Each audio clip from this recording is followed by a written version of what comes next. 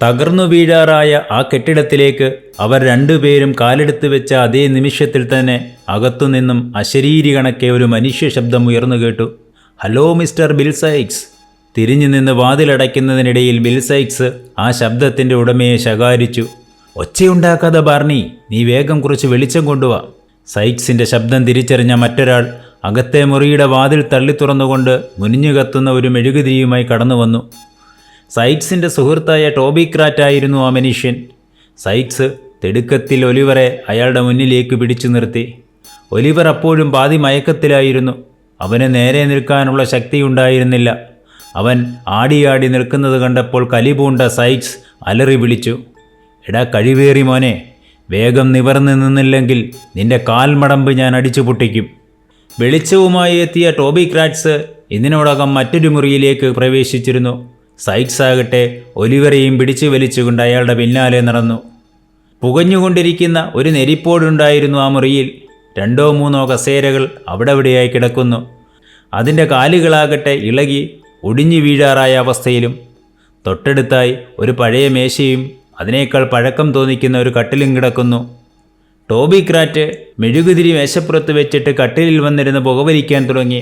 അയാളുടെ കോട്ടിൻ്റെ നിറവും ഏതാണ്ട് പുകയിലയുടെ ഉണങ്ങിയ പൊടിയുടെ നിറത്തിലാണ്. എങ്കിലും അതിന് അത്യാവശ്യം വൃത്തി തോന്നിച്ചിരുന്നു. നല്ല വലിപ്പത്തിലുള്ള അതിൻ്റെ ബട്ടണുകൾ നിർമ്മിച്ചിരുന്നത് ചെമ്പുകൊണ്ടായിരുന്നു. അത്യാവശ്യം ചിത്രപ്പണികൾ ചെയ്തിരുന്ന മനോഹരമായ ഒരു ഓവർകോട്ടാണ് അയാൾ ധരിച്ചിരിക്കുന്നത്. മഞ്ഞ നിറത്തിലുള്ള ഒരു ഷാൾ കഴുത്തിലൂടെ ചുറ്റി താഴേക്കിട്ടിരിക്കുന്നു. തലയിൽ മുടി കുറവായിരുന്നെങ്കിലും ഉള്ളത് നീളത്തിൽ വളർന്ന് സ്പ്രിങ് പോലെ കഴുത്തിലേക്ക് വീണുകിടക്കുന്നു. മുഖത്തെ രോമങ്ങൾക്കും മുടിക്കും ചുവപ്പ് കലർന്ന മഞ്ഞ നിറമാണ്. സ്പ്രിങ് പോലുള്ള തലമുടിയിലും വാലുപോലെ നീണ്ടുകിടക്കുന്ന താടിയിലും അയാൾ സദാസമയവും തഴുകുന്നുണ്ട്. തടിച്ചു വീർത്ത് വികൃതമായിരുന്ന കൈവിരലുകളിൽ നിറയെ ചിത്രപ്പണികൾ ചെയ്ത മോതിരങ്ങൾ വെട്ടിത്തിളങ്ങുന്നു. തടിച്ചു വീർത്ത ശരീരപ്രകൃതമായിരുന്നെങ്കിലും അയാളുടെ കാലുകൾ നന്നേ മെലിഞ്ഞതാണ്. ധ്യാനനിമഗ്നനായിരിക്കുന്ന ഒരു സന്യാസിയുടെ മട്ടിൽ അയാൾ ഏതോ മനോലോകത്ത് മുഴുകിയിരിക്കുന്നത് പോലെയാണ് ഇരിക്കുന്നത്. തൊട്ടുമുൻപ് മെഴുകുതിരി വിളക്കുമായി വാതിലിൽ പ്രത്യക്ഷപ്പെട്ട ടോബി ക്രാറ്റ് എന്ന കള്ളനായിരുന്നു വലിയ പ്രൗഢിയിൽ അവിടെ ഇരുന്നിരുന്നത്. ബിൽ സൈക്സ് ഒലിവറുമായി അകത്തേക്ക് പ്രവേശിച്ച ഉടൻ തന്നെ വാതിലിലേക്ക് നോക്കിക്കൊണ്ട് ആ മനുഷ്യൻ പ്രതികരിച്ചു. എൻ്റെ പ്രിയപ്പെട്ട ബിൽ, നിന്നെ ഇവിടെ കാണാൻ കഴിഞ്ഞതിൽ ഞാൻ സന്തോഷിക്കുന്നു. നീ ഈ പദ്ധതി തന്നെ ഉപേക്ഷിച്ചു പോയെന്ന് ഞാൻ ഭയന്നിരുന്നു. ഇത്രയും പറഞ്ഞുകൊണ്ട് ടോബി ക്രാറ്റ് കട്ടിലിൽ നിവർന്നിരുന്നു. അയാളുടെ കണ്ണുകൾ ഈ സമയം മുഴുവൻ ഒലിവറിൻ്റെ ദേഹത്ത് തന്നെ തറച്ചിരുന്നു. ഇവൻ ആരെന്ന ഭാവത്തിൽ അയാൾ ബിൽ സൈക്സിനെ നോക്കി. ഞാനത് വേണ്ടെന്ന് വെച്ചതല്ല ടോബി, ഇവനെ കിട്ടാൻ അല്പം താമസം നേരിട്ടു, അതുതന്നെയാണ് കാരണം. ബിൽ സൈക്സ് ഒലിവറെ ടോബി ക്രാറ്റിന് മുന്നിൽ പിടിച്ചു നിർത്തി പരിചയപ്പെടുത്തി. ടോബി, ഇത് ഒലിവർ ട്വിസ്റ്റ്, നമ്മുടെ ഭാഗിൻ്റെ സ്വന്തം കുട്ടിയാണ്. ടോബി ക്രാറ്റ് വീണ്ടും ഒലിവറെ സൂക്ഷിച്ചു നോക്കി. അയാളുടെ മുഖത്ത് പരിഹാസ്യമായ ഒരു ചിരി പടർന്നു. കൊള്ളാം, നല്ല ഓമനത്വമുള്ള മുഖം. ചാപ്പലിലെ വൃദ്ധകളായ സ്ത്രീകൾക്ക് ഓമനിക്കാൻ കൊള്ളാം. ഇത്രയും പറഞ്ഞുകൊണ്ട് ടോബി ക്രാറ്റ് പൊട്ടിച്ചിരിക്കാൻ തുടങ്ങി. സൈക്സും അയാളുടെ ചിരിയിൽ പങ്കാളിയായി. സൈക്സ് ടോബിയുടെ ചെവിയിൽ എന്തെല്ലാമോ വിറുവിറുത്തു. സൈക്സ് സംസാരിച്ചു കൊണ്ടിരുന്ന സമയമെല്ലാം ടോബിയുടെ കഴുകൻ കണ്ണുകൾ ഒലിവറിൻ്റെ മുഖത്ത് തന്നെ തറഞ്ഞു നിന്നു. അതിനുശേഷം സൈക്സ് ടോബിയുടെ തൊട്ടടുത്തുള്ള കസേരയിലിരുന്നു കൊണ്ട് സംഭാഷണം തുടർന്നു. ടോബി, നല്ല വിശപ്പുണ്ട്, വേഗം അത്താഴമെടുക്കാൻ പറയൂ. ഇപ്പോൾ കഴിച്ചുറങ്ങിയാലേ പുലരും മുൻപ് എഴുന്നേൽക്കാനാവൂ. ഒലിവർ സൈക്സിൻ്റെ മുഖത്തേക്ക് നോക്കി. താൻ എവിടെയാണ് എത്തപ്പെട്ടതെന്ന് അവനൊരെത്തും പിടിയും കിട്ടിയില്ല. ഇനിയും എങ്ങോട്ടോ പോകേണ്ടതുണ്ടെന്ന കാര്യവും സൈക്സിൻ്റെ സംഭാഷണത്തിൽ നിന്നും അവന് മനസ്സിലാക്കാനായി. വളരെ പെട്ടെന്ന് തന്നെ മേശപ്പുറത്ത് ആവശ്യത്തിനുള്ള ഭക്ഷണം നിരന്നു. തീയിൽ ചുട്ടെടുത്ത റൊട്ടിയും പന്നിമാംസവും ബ്രാണ്ടിയും എല്ലാം ആവശ്യത്തിനധികമുണ്ടായിരുന്നു. ഒലിവറും അവരോടൊപ്പം കഴിക്കാനിരുന്നു. ടോബി അവനെ ബ്രാണ്ടി കുടിക്കാൻ നിർബന്ധിച്ചു. അവൻ വേണ്ട എന്ന് പറഞ്ഞ് ഒഴിഞ്ഞു മാറാൻ ശ്രമിച്ചെങ്കിലും ടോബി ക്രാറ്റ് അവനെ നിർബന്ധിച്ചുകൊണ്ടിരുന്നു. ഇടയ്ക്ക് അയാളുടെ സ്വരം കടുക്കുകയും ചെയ്തു.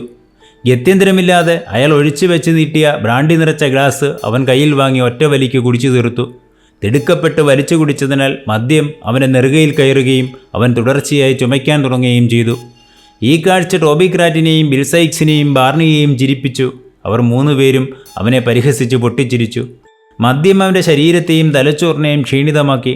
1-2 കഷ്ണം ബ്രെഡ് മാത്രമാണ് അവൻ കഴിച്ചത്. നെരിപ്പോടിനടുത്തിരുന്ന് ഉറങ്ങിക്കൊള്ളാൻ സൈക്സ് അവന് അനുവാദം നൽകി. സൈക്സും ടോബിയും തങ്ങളുടെ കസേരയിൽ തന്നെ ഇരുന്ന് ഉറക്കത്തിലേക്ക് വഴുതി വീണിരുന്നു. ബാർണിയാകട്ടെ ഒരു ബ്ലാങ്കറ്റും പുതച്ചുകൊണ്ട് വാതിലിനരികിൽ തറയിലാണ് കിടന്നത്. അവരെല്ലാം പാതി മയക്കത്തിലോ നല്ല ഉറക്കത്തിലോ ആയിരുന്നുവെന്ന് നിശ്ചയമില്ല.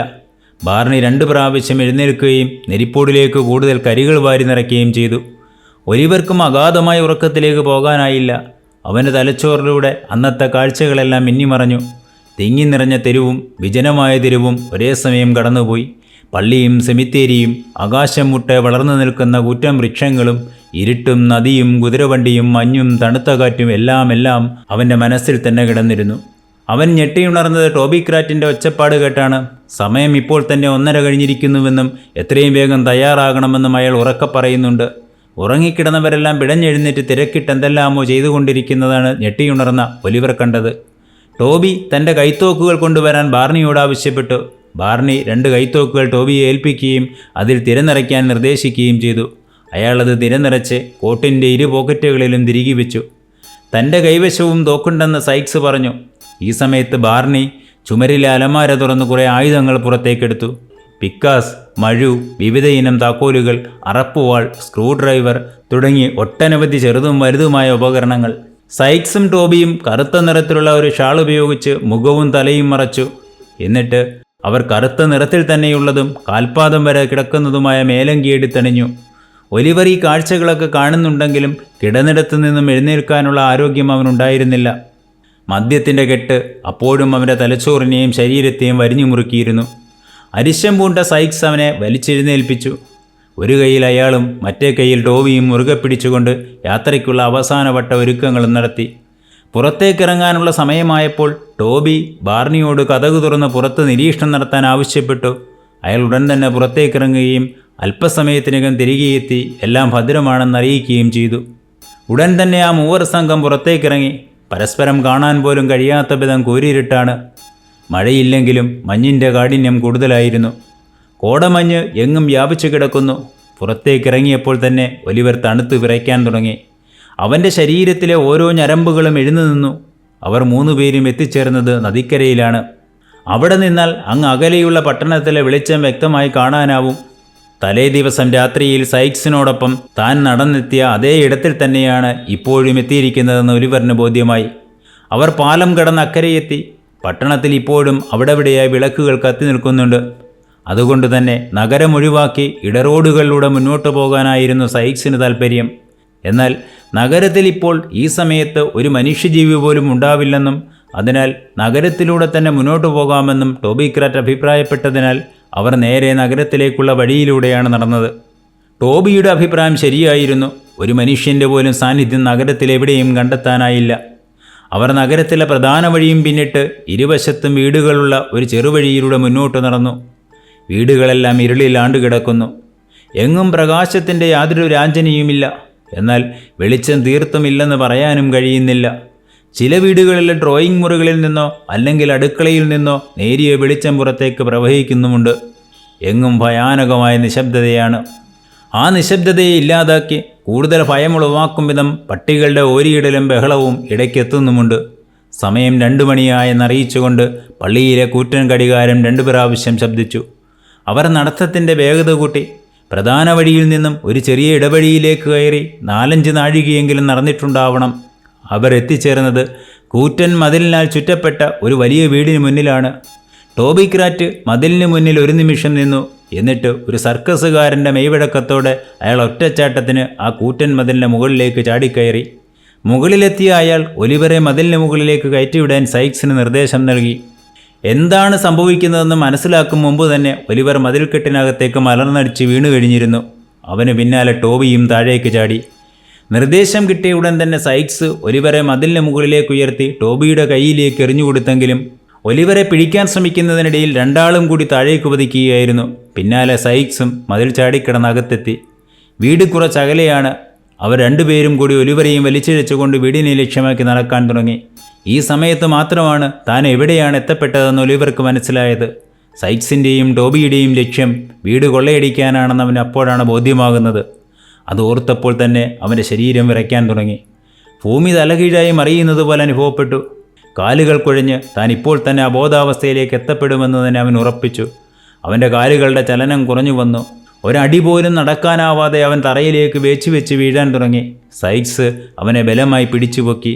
അയാൾ കീശയിൽ നിന്നും കൈത്തോക്ക് പുറത്തെടുത്ത് അവൻ്റെ തലയ്ക്ക് നേരെ ചൂണ്ടിപ്പിടിച്ചു. നേരെ നിൽക്കട കഴിവേറി മോനെ, നീ അഭ്യാസം കാണിക്കാനാണ് പരിശ്രമിക്കുന്നതെങ്കിൽ ഈ നിമിഷം നിന്റെ തലയോട് പൊട്ടിത്തെറിക്കും. അയാൾ ശബ്ദം താഴ്ത്തി അവനോട് പറഞ്ഞു. ഒലിവർ പെട്ടെന്ന് തന്നെ സൈക്സിൻ്റെ കാലിൽ വീണ് കെട്ടിപ്പിടിച്ച് കരയാൻ തുടങ്ങി.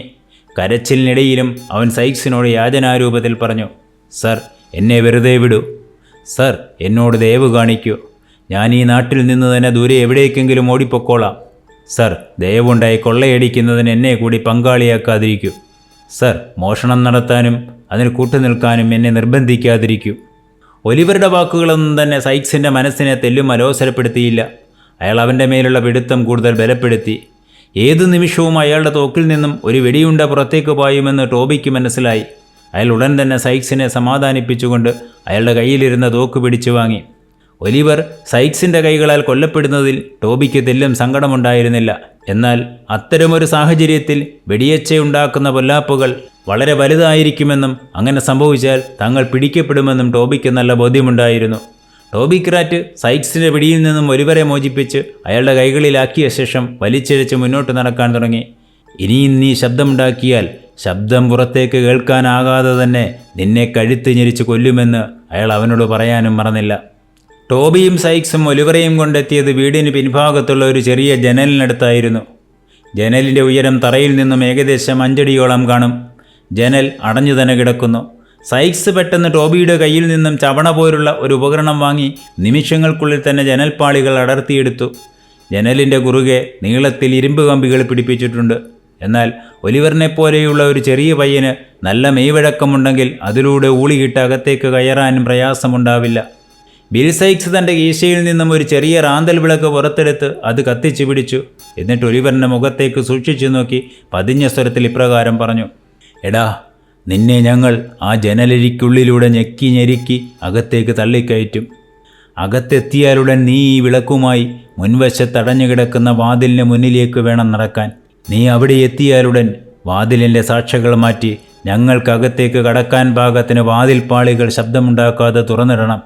ഒരുപക്ഷെ വാതിലിൻ്റെ സാക്ഷകൾ നിന്റെ കയ്യെത്താവുന്ന ഉയരത്തിലായിരിക്കണമെന്നില്ല. അങ്ങനെയാണെങ്കിൽ നീ അടുത്തെവിടെ നിന്നെങ്കിലും ഒരു സ്റ്റൂളോ കസേരയോ വലിച്ചിട്ട് അതിന് മുകളിൽ നിന്ന് സാക്ഷ്യം മാറ്റണം. ഇതെല്ലാം വളരെ വേഗത്തിൽ ചെയ്തു തീർക്കണം. അവിടെ നിന്ന് സമയം കളഞ്ഞാൽ നിന്റെ ജീവൻ അപകടത്തിലാകും. വീട്ടുകാർ മുകളിലത്തെ നിലയിലാണ് കിടക്കുന്നത്. ശബ്ദം കേട്ട് അവർ ഉണർന്നാൽ പ്രശ്നമാകും. അതല്ല, നീ കളിക്കാനാണ് തീരുമാനിക്കുന്നതെങ്കിൽ നിന്റെ തല എപ്പോഴും എൻ്റെ തോക്കിൻ്റെ മുന്നിലായിരിക്കുമെന്ന കാര്യം ഓർമ്മ വേണം. ഞാൻ പറയുന്നതെല്ലാം നീ കേൾക്കുന്നുണ്ടോ? എന്നാൽ ഒലിവർക്ക് സൈക്സിൻ്റെ ചോദ്യത്തിന് ഉത്തരം പറയാനുള്ള ശേഷി അപ്പോൾ ഉണ്ടായിരുന്നില്ല. അവൻ അയാൾ പറഞ്ഞതൊന്നും പൂർണ്ണമായും കേൾക്കുന്നുണ്ടായിരുന്നില്ല. അവൻ്റെ മനസ്സും ശരീരവും അത്രമാത്രം തളർന്നു പോയിരുന്നു. താനിപ്പോഴും ജീവനോടെ ഉണ്ടോ എന്ന് പോലും അവന് സംശയമുണ്ടായിരുന്നു. ജീവിതത്തിനും മരണത്തിനും ഇടയ്ക്കുള്ള ഒരു മാനസികാവസ്ഥയിലേക്ക് അവൻ ആണ്ടുപോയിരുന്നു. അതുകൊണ്ട് തന്നെ സൈക്സിൻ്റെ ചോദ്യത്തിന് അവൻ അബോധമായ തലത്തിൽ നിന്നുകൊണ്ട് സർ, മനസ്സിലായി എന്ന് മാത്രം മറുപടി പറഞ്ഞു. സൈക്സും ടോബിയും ചേർന്ന് ഒലിവറെ എടുത്തുപൊക്കി ജനലിൻ്റെ സമീപത്തേക്ക് ചേർത്ത് നിർത്തി. എന്നിട്ട് അവൻ്റെ കുഞ്ഞു ശരീരത്തെ ഇരുമ്പ് കമ്പികൾക്കിടയിലൂടെ അകത്തേക്ക് കയറ്റിവിടാൻ പരിശ്രമിച്ചു. അവൻ്റെ ശരീരത്തിലെ ഓരോ എല്ലുകളും ഞെരിഞ്ഞമർന്നു. വേദന കൊണ്ട് അവൻ പുളയാൻ തുടങ്ങി. ഒടുവിൽ അവൻ്റെ തലയും ഉടലും ആ ചെറുദ്വാരത്തിലൂടെ അപ്പുറത്തേക്ക് തള്ളിക്കയറ്റുന്നതിൽ അവർ വിജയിച്ചു. തലയും കുത്തിയാണ് അവൻ അകത്തേക്ക് വീണത്. തറയിൽ നിന്നും ഒരു വിധത്തിൽ അവൻ എഴുന്നേറ്റ് നിന്നു. സൈക്സ് വിളക്ക് കത്തിച്ച് അവൻ്റെ കയ്യിലേക്ക് വെച്ചുകൊടുത്തിട്ട് വീണ്ടും മുന്നറിയിപ്പ് നൽകി. എടാ തെമ്മാടി, പറഞ്ഞതെല്ലാം ഓർമ്മയുണ്ടല്ലോ. അതല്ല, എന്തെങ്കിലും അരുതാത്തതാണ് നീ ചെയ്യാൻ മുതിരുന്നതെങ്കിൽ നിന്റെ തല എൻ്റെ തോക്കിൻ്റെ മുനയിൽ തന്നെയാണെന്ന കാര്യം മറക്കേണ്ട. പറഞ്ഞത് കേട്ടോടാ കൊടിച്ചിപ്പട്ടി. അവനെല്ലാം മനസ്സിലായെന്ന ഭാവത്തിൽ തലയാട്ടി. വിളക്കും കയ്യിൽ പിടിച്ചുകൊണ്ട് അവൻ ആടിയാടി മുന്നോട്ട് നടന്നു. ഇത്രയും സമയത്തിനുള്ളിൽ തന്നെ അവൻ്റെ ശരീരവും തലച്ചോറും സാധാരണ നിലയിലേക്ക് എത്തിത്തുടങ്ങിയിരുന്നു. താൻ എന്താണ് ചെയ്യാൻ പോകുന്നതെന്ന ബോധ്യം അവൻ്റെ മനസ്സിലുണ്ടായിരുന്നു. ഏതു നിമിഷവും താൻ കൊല്ലപ്പെട്ടേക്കാമെന്ന ചിന്ത അവൻ്റെ ശരീരത്തിന് കൂടുതൽ കരുത്തുണ്ടാക്കി കൊടുത്തു. ഏതായാലും എൻ്റെ ജീവിതം ഇവിടെ അവസാനിക്കുകയാണ്. അങ്ങനെയെങ്കിൽ ഒരു നല്ല കാര്യം ചെയ്തുകൊണ്ട് തന്നെ മരണത്തിലേക്ക് പോകാമെന്ന് അവൻ ഇതിനോടകം തന്നെ ഉറച്ച തീരുമാനമെടുത്തു കഴിഞ്ഞിരുന്നു. അവൻ നടന്നു നീങ്ങിയത് സ്റ്റെയറിൻ്റെ സമീപത്തേക്കായിരുന്നു. സ്റ്റെയറിൻ്റെ താഴെ നിന്ന് അവൻ മുകളിലേക്ക് നോക്കി. മുകളിൽ ഒരു മനുഷ്യൻ്റെ ചലനങ്ങൾ അവൻ്റെ ശ്രദ്ധയിൽപ്പെട്ടു. വേഗം തിരിച്ചു വരൂ എന്ന് സൈക്സ് വിളിച്ചു പറഞ്ഞെങ്കിലും ഭയം കാരണം അവൻ്റെ കയ്യിലിരുന്ന വിളക്ക് താഴെ വീണ് ശബ്ദമുണ്ടാക്കി. അവൻ ഭയന്ന് വിറച്ചുകൊണ്ട് വീണ്ടും മുകളിലേക്ക് തന്നെ നോക്കി. മുട്ടറ്റം വരുന്ന ട്രൗസർ ധരിച്ചുകൊണ്ട് ഒരു പുരുഷൻ അവിടെ നിൽക്കുന്നു. പിന്നീട് എന്താണ് സംഭവിച്ചതെന്നൊന്നും അവന് ഓർത്തെടുക്കാൻ തന്നെ പ്രയാസമുണ്ടായിരുന്നു. പെട്ടെന്ന് വെടിപൊട്ടി ചോര അവൻ്റെ ശരീരത്തിൽ നിന്നും ചീറ്റിത്തെറിക്കാൻ തുടങ്ങി. കണ്ണഞ്ചിക്കുന്ന പ്രകാശവും അതിനെ തുടർന്ന് പുകയും ഉയർന്നു. രക്തമൊലിക്കുന്ന ശരീരവുമായി ഒലിവർ വന്ന വഴിയിലൂടെ തന്നെ തിരിഞ്ഞോടി. ജനലിന് സമീപം എത്തിയപ്പോഴേക്കും അവൻ വീണുപോകാവുന്ന അവസ്ഥയിലേക്ക് എത്തിയിരുന്നു. എന്നാൽ പെട്ടെന്ന് പുറത്തുനിന്നും ബലിഷ്ഠമായ 2 കൈകൾ അവനെ പൊക്കിയെടുത്ത് ജനലഴിയിലൂടെ തന്നെ പുറത്തേക്ക് വലിച്ചെടുത്തു കഴിഞ്ഞിരുന്നു. അത് സൈക്സിൻ്റെ കൈകളായിരുന്നു. സൈക്സ് അവനെയും തോളിലേറ്റി മുന്നോട്ട് കുതിച്ചു. പിന്നാലെ ടോബിയും ഉണ്ടായിരുന്നു. മൃതപ്രായമായ അവസ്ഥയിൽ ഒലിവർ അയാളുടെ തോളിൽ തൂങ്ങിക്കിടക്കുകയാണ്. വീട്ടുകാർ അവർക്ക് നേരെ നിറയൊഴിച്ചു. സൈക്സും ടോബിയും തിരിച്ചടിക്കാൻ തുടങ്ങിയപ്പോൾ വീട്ടുകാർ പ്രാണഭയത്താൽ പിന്തിരിഞ്ഞോടി. കൂറ്റൻ മതിലും ചാടിക്കിടന്ന് ആ സംഘം മുന്നോട്ട് കുതിക്കുകയാണ്. എന്താണ് സംഭവിക്കുന്നതെന്ന് പോലും മനസ്സിലാക്കാനാവാതെ ഒലിവർ സൈക്സിൻ്റെ തോളിൽ പറ്റിച്ചേർന്ന് കിടന്നു. പട്ടികളുടെ നിർത്താതെയുള്ള കുരയും അപകടം വിളിച്ചോതുന്ന തുടർച്ചയായുള്ള മണിയൊച്ചകളും കൂട്ടബഹളങ്ങളും എല്ലാം അവരെ പിന്തുടരുന്നുണ്ടായിരുന്നു. ഒലിവറാകട്ടെ മരണത്തിൻ്റെ വക്കിലായിരുന്നു.